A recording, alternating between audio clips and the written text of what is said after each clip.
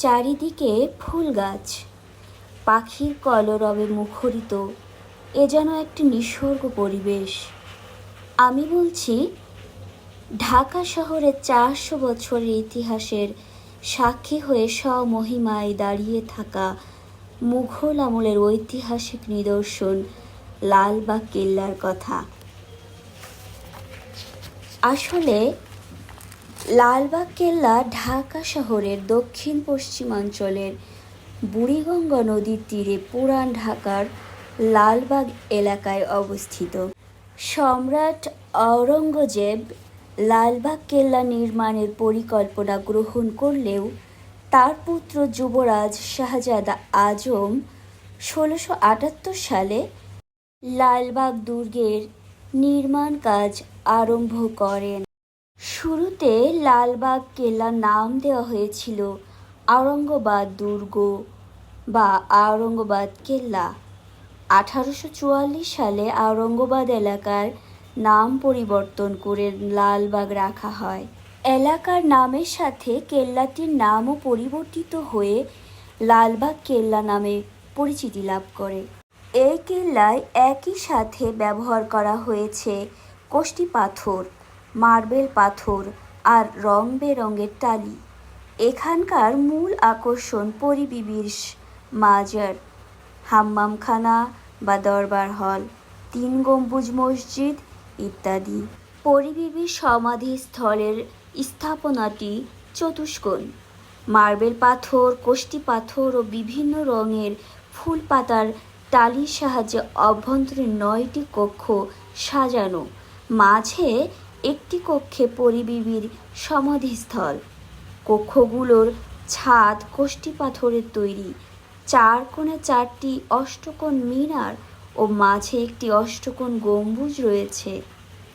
এটি একসময় স্বর্ণখচিত ছিল, পরবর্তীতে তামার পাত দিয়ে পুরো গম্বুজটি মুড়িয়ে দেওয়া হয়েছে। আসলে দর্শক, এখানে পরী বিবির মাজারই হচ্ছে সব থেকে আকর্ষণীয়। এখানে আমি দেখানোর চেষ্টা করছি পরী বিবির মাজারের কক্ষটি ভিতরে যেখানে পরী বিবি ঘুমিয়ে রয়েছেন, একেবারে চিরন্তন নিদ্রায় চিরনিদ্রায় ঘুমিয়ে রয়েছে, সেই কক্ষটি দেখানোর চেষ্টা করছি। আসলে অনেক বছর এটা তো ব্যবহৃত হয় না, তবুও পরিষ্কার করে রাখা হয়েছে এবং পরী বিবির মাজার যে কবরটি সেটা আমি দেখানোর চেষ্টা করলাম, দূর থেকে জুম করে দেখানোর চেষ্টা করলাম। এখানে চারিদিকে কিছু ফোয়ারা রয়েছে। বিশেষ করে এই ফোয়ারাগুলো বিশেষ কিছু দিন ছাড়া খুলে দেওয়া হয় না, সব সময় বন্ধ থাকে। দর্শক, আমি দেখানোর চেষ্টা করছি আসলে এই ফোয়ারাগুলো কত সুন্দর, দৃষ্টিনন্দনিক এই ফোয়ারাগুলো আসলে না দেখলে চোখে বিশ্বাস করা মুশকিল যে কত সুন্দর। এবং 400 বছর আগে রাজারা যে এত সুন্দর আধুনিকতার ছোঁয়ায় এটা তৈরি করেছিল, এটা এখনও দেখলে সেটা দৃশ্যমান এবং সেটা চোখে ফুটে ওঠে যে তারা কতটা আধুনিকতার ছোঁয়ায় এটা তৈরি করার চেষ্টা করেছিলেন এবং তৈরি করেছিলেনও বটে। আমরা দেখতে পাচ্ছি এই ফোয়ারাগুলো চারিদিকে কতগুলো ফোয়ারা তৈরি করা হয়েছে এবং এটা আসলে একটা শৈল্পিক ব্যাপার। আসলে এটা সবাই এগুলো করতে পারে না, যাদের শিল্প মন আছে তারা করতে পারে। এখানকার আরেকটি গুরুত্বপূর্ণ স্থাপনা হচ্ছে দরবার হল বা হাম্মামখানা। এটি পূর্বে নবাব শায়েস্তা খাঁ এর বাসস্থান ছিল। এটি বর্তমানে জাদুঘর হিসেবেও ব্যবহৃত হচ্ছে। দর্শক, এই যে কারুকাজ খচিত এই স্থাপনাটি দেখলেই বোঝা যাচ্ছে যে তখনকার রাজাদের যে রুচিটা কত উঁচু মানের ছিল, এটা দেখলেই বোঝা যায়। এগুলো দেখলে আসলে না দেখলে বোঝা মুশকিল। এই জাদুঘরের পাশ দিয়েই এখন অনেক ফুল গাছ লাগানো হয়েছে দর্শনার্থীদের চোখে যাতে ভালো লাগে। এবং এখানকার যে ইয়াগুলো, যে স্থাপনা, যে নান্দনিক বিষয়গুলো, যে পাশে জানালা দরজা বা যে সুন্দর করে গাঁথা হয়েছে, এটা আসলে দেখলেই বোঝা যায়। এবং এই হামামখানার ভেতরেও প্রাচীন আমলে হয়তো তখন আমাদের এখন যেমন আসবাবপত্র রয়েছে অনেক, কিছু জিনিসপত্র রাখার জন্য, তখন হয়তো এই দেয়ালের পাশ দিয়ে এগুলো রাখা হতো। এর জন্য জায়গা তৈরি করা আছে কুপি কুপি রাখার জন্য। আসলে এগুলো এখানে দিনে অসংখ্য বিদেশি দেশি দর্শনার্থী আসেন। এবং এখানে আমি দেখেছিলাম কিছু বিদেশি পর্যটকের সাথেও আমার দেখা হয়েছিল। তারা খুব ছবি উঠাচ্ছিলেন, খুব দেখে আনন্দ পাচ্ছিলেন, দেখে বোঝা যাচ্ছিল। এবং এখানকার প্রত্যেকটি স্থাপনায় অনেক অনেক মানে সুন্দর করে বানানো হয়েছে এই হামামখানাটি, গোসলখানাটি। এবং এখানকার যে এই যে ইটগুলা, এখানকার মিনার, এগুলো যে তৈরি করা হয়েছে, এগুলোও দেখলে বোঝা যাচ্ছে কত শৈল্পিক ব্যাপার আসলে এখানে রয়েছে। এখানে একটি ইয়াও রয়েছে, যে এটা কূপ বলে মনে হয়, ফোয়ারা কূপ এখানে রয়েছে মাঝখানটাই। তো পাশে হাম্মামখানার এক পাশটা দেখানোর চেষ্টা করছি। এখানে রয়েছে আরও একটি জায়গা, চারিদিকে আসলে অনেক কারুকার্য খচিত করে এই বিল্ডিংটা তৈরি করা, সেটা দেখলেই বোঝা যাচ্ছে। এবং যেটা আলো আসার ব্যবস্থাও করা হয়েছে ওপর দিয়ে, সেটা খুবই খুবই সুন্দর, আসলে খুবই ভালো লাগছে দেখে। হ্যাঁ, এখানকার এই যে আমি চেষ্টা করছি একটু দেখানোর, এখানে এইগুলা অ্যাকচুয়ালি সব জিনিসের নামও আমরা জানি না। এটা যে শায়েস্তা খানের হাম্মামখানা, এটা লেখায় রয়েছে। এই যে পাশে অনেক সময় হয়তো গোসল করার সময় অনেক কিছু রাখতেন বা গোসল করতেন যেসব জায়গায়, সেটা এখানে দেখানো হচ্ছে, এটা দেখতে পাচ্ছি। এখানে নিচের টাইলসগুলো আসলে কবেকার এটা আমি বুঝতে পারিনি, এখনকার কি আগেকার, দেখে মনে হচ্ছে অনেক প্রাচীন। তো এই যে আলো আসার ব্যবস্থা, এই যে হাম্মামখানা দেখে খুবই মুগ্ধ হলো। এবং হাম্মামখানার পাশেই আপনারা আসলে দেখতে পাবেন একটা বড় জলাশয় বা পুকুর রয়েছে সেখানে। এবং পুকুরটা এখন হয়তো ব্যবহার করা হচ্ছে না, আগের মতো ব্যবহৃত হয় না এখানে, আগের মতো সেই জনসমাগম নাই, মানুষের বেঁচে থাকার কোলাহল নাই। তাই হয়তো এখানে পুকুরগুলো শুকিয়ে আছে, বা শুকনোর সময় আমি গিয়েছিলাম, এই জন্য জল দেখতে পাইনি, পানিটা ছিল না। বাট পুকুরের চারিকোণে আমি একটা জিনিস দেখলাম, যেটা চারিকোণে ওঠার জন্য এবং নামার জন্য সিঁড়ি রয়েছে, যেটা খুবই আসলে খুবই ভালো লেগেছে। খুবই যে পরিকল্পনা মাফিক তখন যে রাজা বাদশারা কাজ করতেন, সেটা দেখেই বোঝা যায়। এখানে এই যে সিঁড়িগুলো দেখতে পাচ্ছি, খুবই সুন্দর নান্দনিক এই পুকুরটা। এখানে আসলে আপনারা দেখতে পাবেন এই যে বিদেশি পর্যটক, অনেক অনেক পর্যটক এখানে আমি দেখলাম এবং আসে নিয়মিত। বিকজ এটা বাংলাদেশের একটা ঐতিহ্য, বাংলাদেশের একটা প্রাচীন স্থাপনা, এটা আমাদের ওই ইতিহাস এবং ঐতিহ্যের একটি স্মারক বহন করে।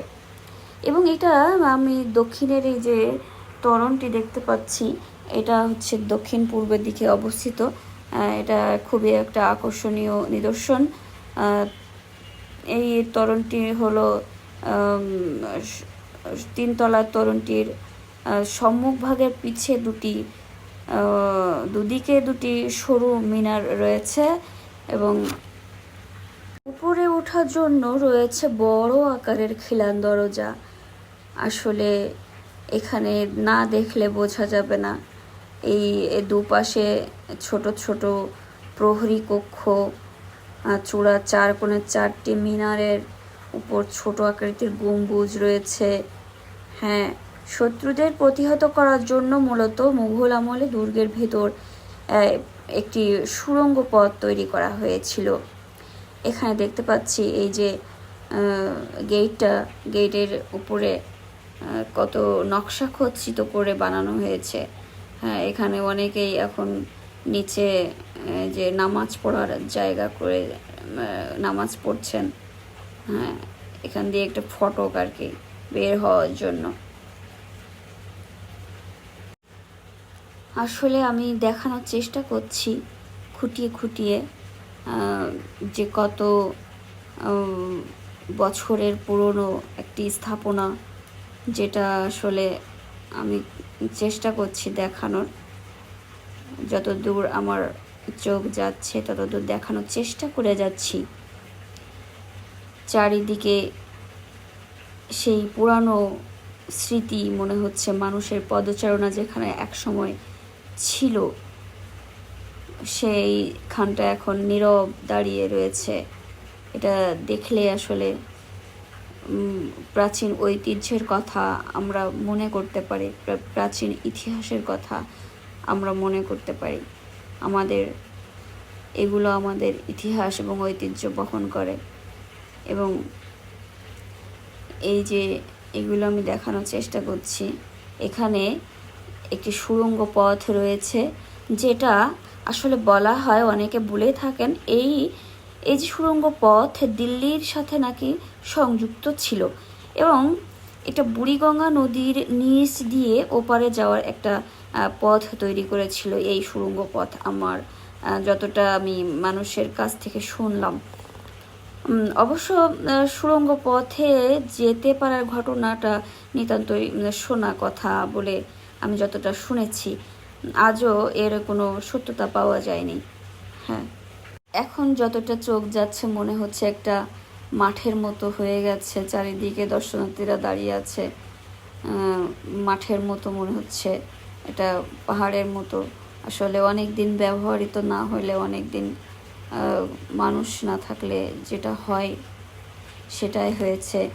এখানে এই যে তোরণটি, দক্ষিণের যে তোরণটির সাথে যে প্রাচীর আর কি, প্রহরী প্রাচীর, যেটা সুড়ঙ্গ পথের ভিতর যেটা ঘিরে রাখা হয়েছে সুড়ঙ্গ পথটি, ভিতরে শোনা যায় ভিতরেই সুড়ঙ্গ পথটি রয়েছে, যেখানে মানুষের যাওয়া সম্পূর্ণ নিষিদ্ধ। তো এই কক্ষগুলো সব হচ্ছে এই জলাধারের ভিতরে যাওয়া নিষেধ। এখানে এই যে সুড়ঙ্গ পথটা আমি দেখানোর চেষ্টা করতেছি, এখানে যাওয়া টোটালি নিষেধ এবং এখানে তালা মেরে রাখা হয়েছে প্রত্যেকটা কক্ষের পাশ দিয়ে। আসলে এই সম্রাট আজম শাহ দিল্লিতে চলে যায় এবং পরে নবাব শায়েস্তা খাঁ এই লালবাগ দুর্গ নির্মাণ কাজটা পুনরায় শুরু করেন। কিন্তু 1884 সালে তার কন্যা পরিবিবির মৃত্যুর পর তিনি এই দুর্গকে অপয়া মনে করেন এবং অপয়া বলে এটা ব্যবহার নিষিদ্ধ করা হয় এবং অসমাপ্ত অবস্থায় এই নির্মাণ কাজ বন্ধ করে দেন। পরিবিবিকে মসজিদ ও দরবার হলের মাঝখানে সমাহিত করা হয়। লালবাগ কেল্লার প্রবেশ মূল্য 30 টাকা। আসলে বিদেশিদের জন্য এটা 200 টাকা রাখা হয়েছে, সার্কভুক্ত দেশের জন্য 100 টাকা রাখা হয়েছে। গ্রীষ্মকালে রবিবার বন্ধ থাকে, সোমবার 2:30 থেকে 6টা পর্যন্ত খোলা থাকে, আর মাঝে 1টা থেকে 1:30 পর্যন্ত বিরতি থাকে। শীতকালে সকাল 9টা থেকে বিকেল 5টা পর্যন্ত খোলা থাকে। শুক্রবার 12টা থেকে 2টা পর্যন্ত বন্ধ। সাপ্তাহিক বন্ধ হচ্ছে রবিবার। সরকারি ছুটির দিনে এটি বন্ধ থাকে। আমি খুব দেখানোর চেষ্টা করলাম কি কি রয়েছে এখানে।